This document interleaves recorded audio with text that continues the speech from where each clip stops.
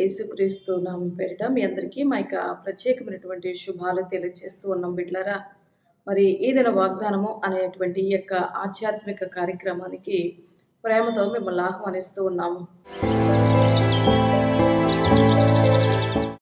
ప్రతిరోజు మేము అందించేటువంటి ఈ ఆధ్యాత్మిక కార్యక్రమాన్ని ఎవరైతే వింటున్నారో ఈ మాటలు మీకు ఆశీర్వాదకరంగా ఉన్నట్లయితే, ఈ యొక్క మినిస్ట్రీ ద్వారా అందించబడుతున్నటువంటి ఈ మాటలు మీకు నచ్చినట్లయితే, మీకు దీవెనకరంగా ఆశీర్వాదకరంగా ఉన్నట్లయితే మీరు లైక్ చేయండి, షేర్ చేయండి, సబ్స్క్రైబ్ చేసుకోండి. ఈ విషయాలు మీకు నచ్చినట్లయితే మీ స్నేహితులకు కూడా ఈ విషయాలు మీరు తెలియపరచండి. మా మినిస్ట్రీని పరిచయం చేయండి, వారు కూడా మీలాగా దీవించబడతారు. దేవుడు మిమ్మల్ని అందరినీ దీవించినగాక. వీళ్ళరా ప్రతి దినము కూడా దేవుని యొక్క మాటలు మనం వింటున్నామంటే ఈ లోకంలో మనం చాలా ధన్యులమై ఉన్నాం. ఇట్లారా నువ్వు లేచిన వెంటనే దేవుని మాట నీకు వినబడుతూ ఉన్నదంటే నువ్వు చాలా ధన్యురాలు ఈ లోకంలోని. మనం లేచిన నాటి నుంచి పడుకునే వరకు ఎన్నో రకాలైనటువంటి స్వరాలు మనం వింటూ ఉన్నాం. ఏదో ఒకటి మనం చూస్తూ ఉంటాం, కానీ ఏ మనుషుని మాట మనకు నెమ్మది ఇవ్వదు, ఏ మనుషుని మాట మనకు ఆదరణ ఇవ్వదు, ఏ మనుషుని మాట మనకు ఓదార్పునివ్వదు. కానీ దేవుని మాట మాత్రమే నీకు ఓదార్పును కలిగిస్తుంది, దేవుని మాట మాత్రమే నీకు నెమ్మది కలిగిస్తుంది, దేవుని మాట మాత్రమే నీకు ధైర్యాన్ని ఇస్తుంది బిడ్డలారా. కనుక లేచిన వెంటనే నీ దినాన్ని దేవునితో ప్రారంభించినట్లయితే ఆ దినమంతా కూడా దేవుడు నీకు ఆశీర్వాదకరంగా చేయవాడై ఉన్నాడు బిడ్డలారా. కనుక నువ్వు లేచిన వెంటనే నీ దిన ప్రారంభము దేవునితోనే ప్రారంభించాలి, నీ దినం యొక్క ముగింపు కూడా దేవునితోనే ముగించాలి బిడ్డలారా. దేవుని నువ్వు ప్రేమించినట్లయితే నీ దినాన్ని దేవునితో ప్రారంభిస్తావు. కనుక నీ దినము ప్రారంభం అమోఘంగా ఉండాలంటే, ఆశీర్వాదకరంగా ఉండాలంటే, ఆ దినమంతా కూడా దీవెనకరంగా నీ జీవితం ఉండాలి, నీ కుటుంబం ఉండాలంటే నీ దినం అంతా కూడా దేవునితో ప్రారంభించి బిడ్డలారా. ఈరోజు ఒక మంచి మాట మనం చదువుకొని దేవుని యొక్క మాటలు మనం విందాం. హగ్గయి గ్రంథము 2వ అధ్యాయము 19వ వచనాన్ని మనం చదివినట్లయితే, ఇది మొదలుకొని నేను మిమ్మల్ని ఆశీర్వదిస్తాను అని చెప్పి ఆయన మాటిస్తూ ఉన్నాడు బిడ్డలారా. ఆయన అంటున్నాడు, ఇది మొదలుకొని నేను మిమ్మల్ని ఆశీర్వదించేదను అంటున్నాడు. చూసారా, ఎంత మంచి భరోసా కలిగించే మాట, ఎంత మంచి ధైర్యాన్ని పుట్టించే మాట దేవునితో మాట్లాడుతున్నాడు చూడండి. ఆయన అంటున్నాడు, నేను మిమ్మల్ని ఆశీర్వదిస్తా అంటున్నాడు. పిల్లారా, ఈరోజు నీ జీవితంలో ఆశీర్వాదం లేని వ్యక్తిగా ఉన్నావేమో, ఒక యవనస్తుడిగా ఉంటూ, ఒక యవనస్తురాలుగా ఉంటూ, ఒక కుటుంబాన్ని నడిపించి యజమానుడిగా ఉంటూ, యజమానురాలుగా ఉంటూ, చిన్న బిడ్డలుగా ఉంటూ ఒకవేళ ఈ మాటలు వింటూ ఉన్నావేమో, నీ లైఫ్లో నీ కుటుంబంలో ఆశీర్వాదాన్ని చూడలేనటువంటి వ్యక్తిగా ఉన్నావేమో, ఎక్కడి నుండి కూడా నీకు ఆశీర్వాదం లేదేమో బిడ్డల.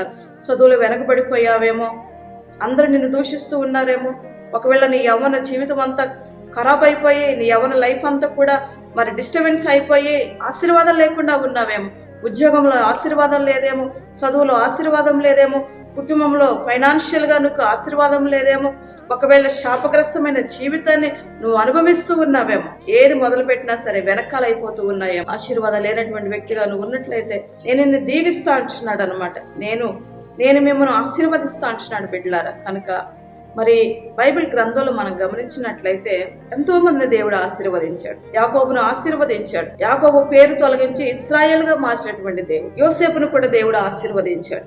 దానియేలును కూడా ఆశీర్వదించాడు. ఇలా ఎంతో మంది జీవితాలను ఆశీర్వదించినటువంటి దేవుడై ఉన్నాడు బిడ్డ. నీ జీవితాన్ని కూడా ఆయన ఆశీర్వదించేవాడు. నీ శాపగ్రస్తమైనటువంటి జీవితాన్ని, నీ శాపగ్రస్తమైనటువంటి బ్రతుకును ఆయన ఆశీర్వదించేవాడు అయి ఉన్నాడు బిడ్డ. రూతు జీవితం కూడా ఎంతో శాపగ్రస్తమైనటువంటి జీవితం. మోయాబీలో అమోనీయులైనటువంటి వంశంలో పుట్టినటువంటి ఆమె యొక్క శాపగ్రస్తమైన జీవితాన్ని దేవుడు తొలగించి ఆశీర్వాదకరంగా దేవుడు నిలబెట్టాడు. ఆమె వంశంలో నుంచే యేసుక్రీస్తు ప్రభువారి లోకానికి రావటానికి దేవుడు ఆమెను ఆశీర్వదించాడు బిడ్డలారా. నువ్వు అనుకుంటూ ఉన్నావేమో, నా వివాహం అంతా కూడా లేట్ అవుతుంది, నాకు పిల్లలు కలగట్లేదు, నా కుటుంబం ఆశీర్వాదం లేని వ్యక్తిగా ఉన్నాను, నా బిడ్డల జీవితంలో ఆశీర్వాదం లేదు, నా జీవితంలో ఆశీర్వాదం లేదు, నా భర్త జీవితంలో ఆశీర్వాదం లేదు, ఎప్పుడు మా బ్రతుకులు ఇలాగే, ఎప్పుడు మా జీవితాలు ఇలాగే, ఎప్పుడు నా కుటుంబం ఇలాగే ఉంటుందని చెప్పేసి నీ నోటి నుండి అలాంటి మాటలను మాట్లాడుతూ ఉన్నావేమో, నీ శాపాన్ని తొలగించి, నీ కట్లు తెంచివేసి, నీ బంధకాలు తొలగించి, నీ శాపగ్రస్తమైన జీవితాన్ని ఆయన తొలగించి నీ లోకానికి, నీ కుటుంబానికి, నీ ఇంటి వారికి నేను ఒక దీవెనకరంగా మలచివాడై ఉన్నటువంటి దేవుడు అనమాట. అందరూ కూడా నేను చూసి ఆశ్చర్యపడునంతగా ఆయనను ఆశీర్వదించేవాడై ఉన్నాడు బిడ్డలారా. కనుక నువ్వు అధైర్యపడద్దు, కృంగిపోవద్దు, బలహీనం అవ్వద్దు. దేవుని మాట నీ హృదయంలో స్వీకరించు ప్రభా. పరిశుద్ధ బైబిల్ గ్రంథంలో ఎంతో మంది భక్తులను ఆశీర్వదించావు కదా ప్రభా, నన్ను కూడా దీవించండి, నా జీవితాన్ని కూడా ఆశీర్వదించండి, నా బ్రతుకును కూడా ఆశీర్వదించండి, నా పిల్లలను కూడా ఆశీర్వదించండి, నన్ను కూడా దీవించండి ప్రభు అని చెప్పి నువ్వు దేవుని మీద నమ్మకం ఉంచి విశ్వాసం ఉంచి నీ శ్రేష్టమైన జీవితాన్ని, నీ శ్రేష్టమైనటువంటి బ్రతుకును, నీ యవ్వన జీవితాన్ని దేవుని యొక్క చేతుల్లో పెడితే ఆయన అనేకులకు దీవెనకరంగా మలచువాడై ఉన్నాడు. బిడ్డలారా, నీ జీవితంలో దేవుడు లేకుండా నువ్వు బ్రతుకుతూ ఉన్నావేమో ఇంతకాలం కూడా. నీ యొక్క హృదయంలో దేవునికి స్థానం ఇవ్వకుండా నీకు నచ్చినట్లుగా నీ ఇష్టానుసారంగా నువ్వు బ్రతుకుతూ ఉన్నావేమో, శాపగ్రస్తమైన జీవితం నువ్వు అనుభవిస్తూ ఉన్నావేమో. ఒకవేళ ఈ రోజు నీ లైఫ్, నీ జీవితం అంతా కూడా దేవుని చేతుల్లో పెట్టు. నీ శ్రేష్టమైన జీవితాన్ని దేవునికి అప్పగించినట్లయితే ఆయన నిన్ను పాలించువాడై ఉన్నాడు, ఆయన నిన్ను ఏలుబడి చేయవాడై ఉన్నాడు, నిన్ను పరిపాలించువాడై ఉన్నాడు. బిడ్డలారా, కనుక దేవుని ఆశీర్వాదం రావాలంటే ముందుగా నీ హృదయాన్ని దేవునికి అప్పగించు. దేవుని ఆశీర్వాదం చూడాలంటే నీ కుటుంబాన్ని దేవునికి అప్పగించు.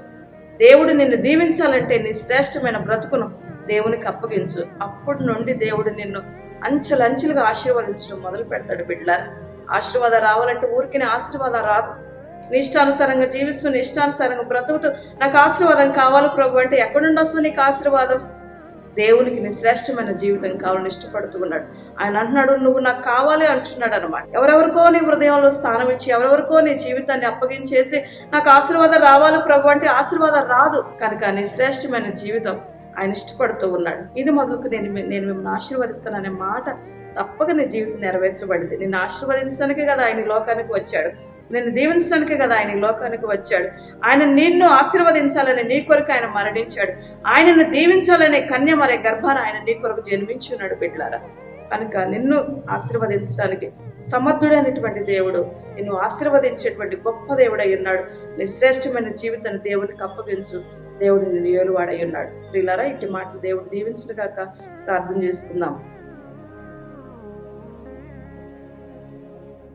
మహాపరిశుద్ధుడైన మా తండ్రి, ఘనుడైన మా రక్షకానికి వందనాలు చెల్లిస్తున్నాను ప్రభా. ఈ మాటలు ఎవరైతే వింటున్నారో ఆశీర్వాదం చూడలేని వ్యక్తిగా, ఆశీర్వాదం కరువైపోయిన వ్యక్తులుగా ఉన్నట్లయితే శాపగ్రస్తమైన జీవితం నుంచి ఒక్కొక్కరిని మీ నామములు విడిపించి ప్రభా ఆశీర్వాదానికి కర్తలుగా మీరు చేయమని వేడుకొంచున్నాను.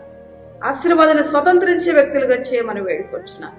ఇది మొదలుకు నేను మిమ్మల్ని ఆశీర్వదిస్తున్న దేవుడు ప్రభా, మీ నామలో ప్రతి బిడ్డను దీవించమని వేడుకొంచున్నాను. మీ నామలో ప్రతి ఒక్కరిని ఆశీర్వదించమని వేడుకొంచున్నాను ప్రభా.